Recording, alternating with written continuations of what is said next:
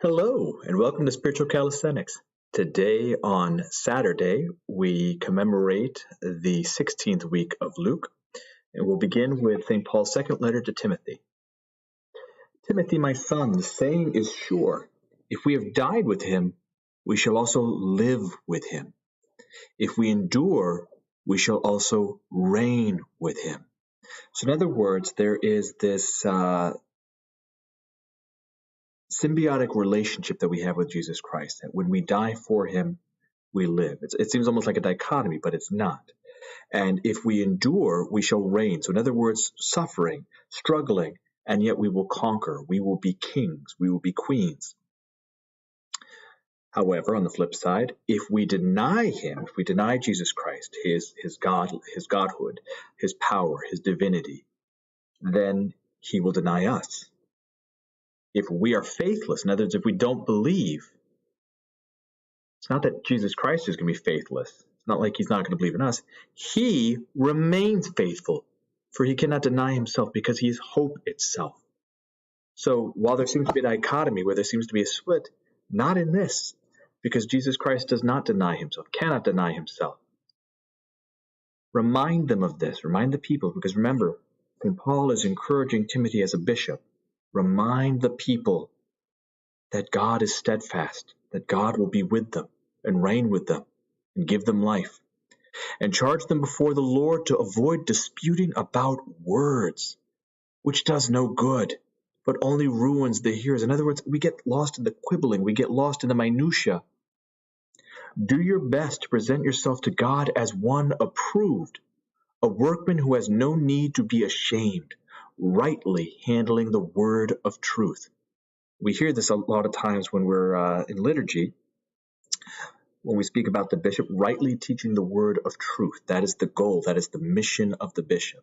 And so words have meaning. God, Jesus Christ, is the word. So words need to be succinct, need to be perfect. And so St. Timothy, as a bishop, must handle the word of truth correctly, as someone who's approved, someone that has the authority to do so, to speak with that kind of God-given authority. Avoid such godless chatter, for it will lead people into more and more ungodliness. In other words, gossip, or speaking about things that really have no basis in growth. And their talk will eat its way like gangrene. In other words, like gangrene will cause rot inside of flesh, so will gossip and talk that is not holy. It will rot us away from the inside. Among them are Hymenaeus and Philetus, who have swerved from the truth by holding that the resurrection is past already. They are upsetting the faith of some, but God's firm foundation stands, bearing its seal. The Lord knows those who are his, and let everyone who names the name of the Lord depart from iniquity. In other words, even if people speak truth, the truth of the Lord will remain in those who stand for that truth. Now, if we go to the Gospel of St. Luke, chapter 18, verses 2 through 8, the Lord said this parable. In a certain city there was a judge who neither feared God nor regarded man. And there was a widow in that city who kept coming to him and saying, "Vindicate me against my adversary." For a while he refused. But afterwards he said to himself, "Though I neither fear God nor regard man, yet because this widow bothers me, I will vindicate her, or she will wear me out by her continual coming." So in other words, this man who doesn't regard God, he doesn't care about God, he doesn't care about men. So the only person he cares about is himself. So he's not a good person. But this judge will do for this woman just to get her off his back. And the Lord said, "Hear what the unrighteous judge says. And will not God vindicate his elect, who cry to him day and night? Will he delay long over them?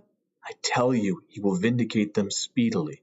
In other words, this unrighteous judge is someone who does not care about the woman. God, who cares about us, will vindicate us, will bring truth. You also have to remember, though, time is different for the Lord than it is for us. We might think it's an eternity for God to vindicate us. But God always does vindicate his elect. If we look to the case of St. Nectarius of Egina, he was slandered his whole life, even unto death. But after his death, he was vindicated, and his holiness was made manifest to the people. This is true of many of the saints. So we have to be careful about trying to put the timetable on God, saying, well, it says he's going to vindicate me speedily. Well, that means tomorrow he's going to vindicate me against my enemies. No. God will vindicate you speedily, but it might not be tomorrow. It might not even be in your life. But God will justify righteousness.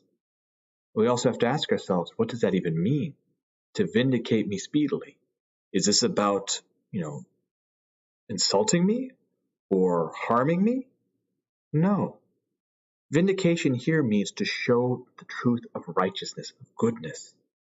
He's not going to vindicate you for an affront to your pride. God will vindicate holiness and show that your desire for justice, real justice, and real salvation will be heard and will be meted out because he is our righteous judge. I hope that you've enjoyed today's spiritual calisthenics. Have a blessed and wonderful day.